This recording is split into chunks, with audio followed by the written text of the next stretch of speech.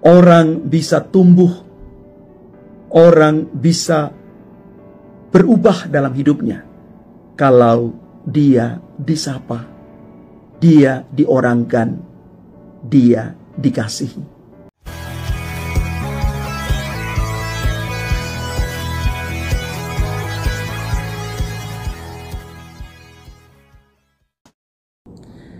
Salam Bapak Ibu, Saudara dan Saudari, sahabat-sahabat garam dunia yang terkasih. Hari ini kita bersama Gereja Sejagat merayakan Kamis Putih, pesta perjamuan Tuhan Yesus terakhir kalinya bersama dengan para murid. Dari bacaan-bacaan suci hari ini, kita mau merenungkan satu hal, bahwa menjadi rendah hati itu ternyata tidak mudah. Kerendahan hati membutuhkan kemampuan untuk menaklukkan egoisme yang sungguh meluap dalam diri kita. Maka untuk sampai pada kerendahan hati perlu satu perjuangan. Kita seperti seorang pahlawan diri yang senantiasa berjuang untuk memenangkan egoisme, sehingga tidak terpasung secara enteng dalam kerangkeng egoisme itu. Kalau kita terpasung di dalam egoisme ingat diri itu, maka yang terjadi adalah kita akan dikuasai dan kita akan diwarnai oleh hasrat untuk terus menjadikan diri kita sebagai pusat. Maka kita kehilangan rasa cinta yang bisa terarah keluar. Kita hanya berkutat sekitar diri sendiri, dan kita menjadi pribadi-pribadi yang sulit untuk berpihak pada mereka yang susah, yang tidak berdaya, yang malang dalam hidup mereka. Yesus adalah seorang nabi muda yang berbeda dengan para rabi Yahudi lainnya. Kalau para rabi Yahudi mengajar dengan menekankan pendekatan hukum, legalisme yang menakutkan dan terkesan ada unsur penghukuman itu sangat kuat, Yesus justru tampil beda. Dia mengajar dengan pendekatan manusiawi yang membuat orang merasa damai, sukacita, dan karena itu orang tertarik datang kepada Yesus. Yesus punya cinta yang tulus.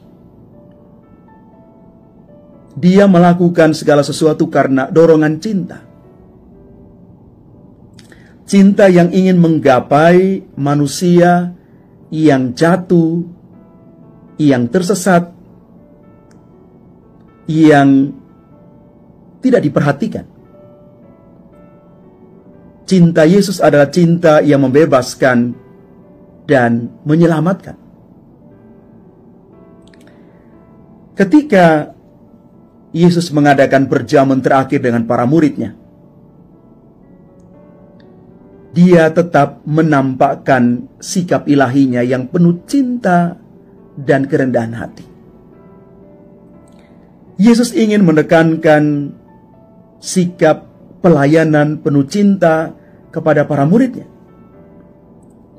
Melalui cara ini pun Yesus ingin meletakkan satu peradaban yang berbasiskan semangat cinta kasih, yang kelak menjadi tanda khas bagi para pengikutnya.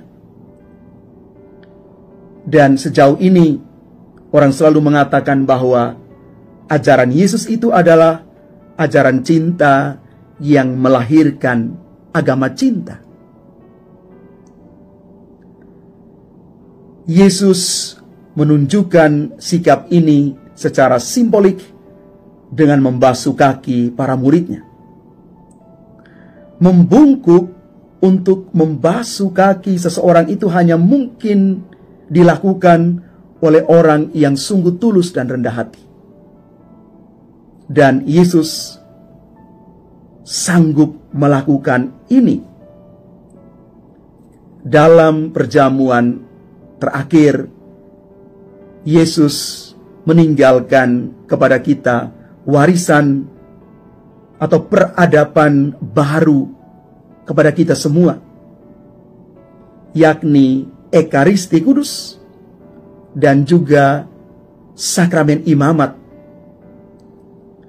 Dua kekuatan sakramen yang sungguh khas dalam gereja Katolik. Dua sakramen yang dipadukan menjadi satu dan menjadikan gereja Katolik tetap bertahan sampai hari ini. Ekaristi Kudus yang adalah puncak dari seluruh iman kita, jantung kehidupan iman Katolik kita. Selanjutnya, sakramen imamat. Bagaimana para imam dipilih, dikuduskan untuk Tuhan, sehingga mereka dapat mempersembahkan Ekaristi Kudus setiap hari untuk berbagai kepentingan.